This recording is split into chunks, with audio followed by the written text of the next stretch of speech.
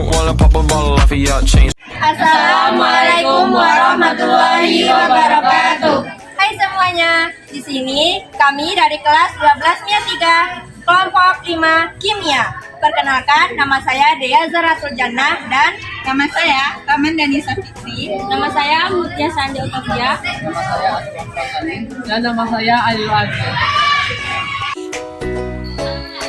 Nah, pada kesempatan kali ini, kelompok kami akan membahas tentang unsur periode ketiga. Unsur periode ketiga adalah unsur-unsur pada baris ketiga tabel periodik.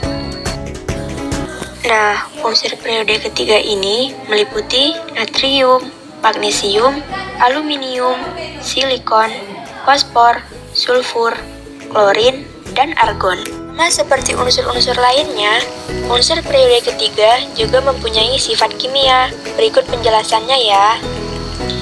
Yang pertama, ada sifat reduktor dan oksidator. Pada sifat reduktor dan oksidator, semakin ke kanan, jari-jari atom semakin kecil. Hal ini menyebabkan unsur-unsur periode ketiga semakin ke kanan semakin sukar melepas elektron dan semakin mudah menerima elektron. Semakin mudah suatu unsur menerima elektron, maka sifat oksidatornya semakin kuat sehingga semakin mudah mengalami reaksi reduksi.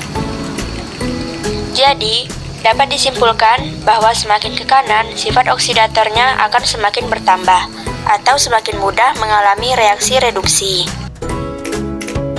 Yang kedua, bersifat logam.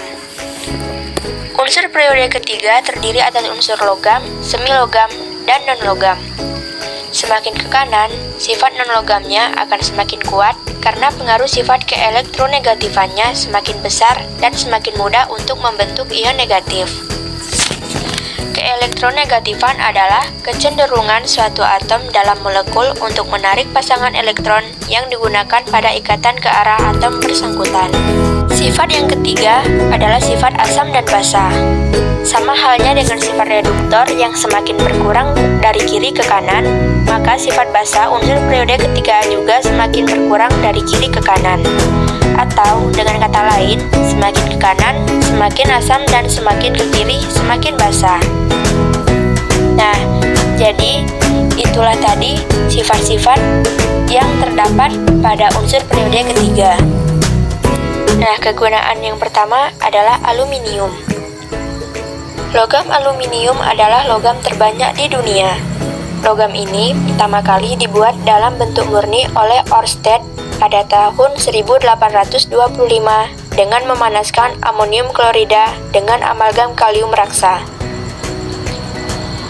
Aluminium tidak terdapat bebas di alam, tetapi banyak ditemukan di kerak bumi dan dalam bentuk mineral seperti granit, bauksit, dan kriolit. Logam aluminium dapat diperoleh melalui proses elektrolisis alumina yang terlarut dalam kriolit. Proses pembuatan aluminium sering disebut sebagai proses Hall-Héroult. Aluminium banyak digunakan pada peralatan dapur, bahan konstruksi bangunan, tempat minuman kemasan, dan sebagai konstruksi pesawat modern serta roket.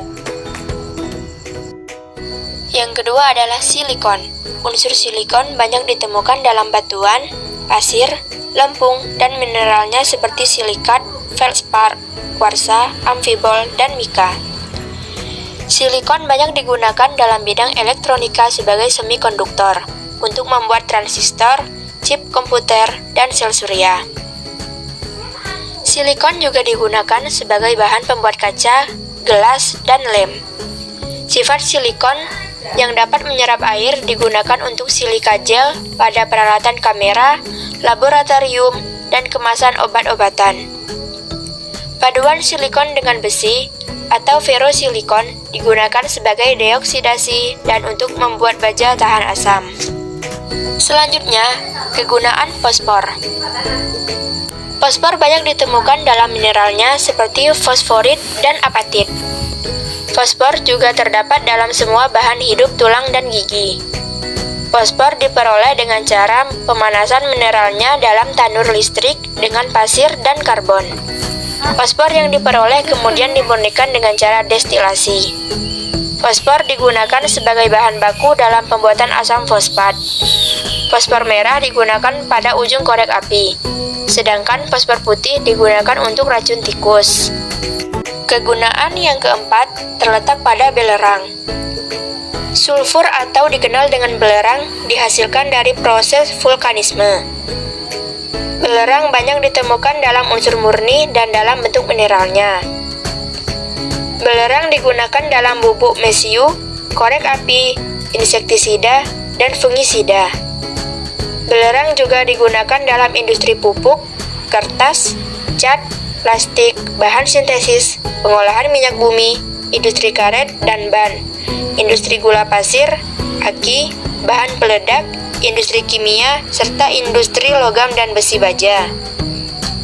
Belerang diperoleh dengan proses fras, yaitu dengan memasukkan uap panas ke dalam tanah yang mengandung belerang melalui pipa agar mencair. Belerang yang telah mencair dipompa keluar dengan tekanan udara. Nah, begitulah penjelasan dari kelompok kami. Semoga bermanfaat ya. Sampai jumpa. Wassalamualaikum warahmatullahi wabarakatuh.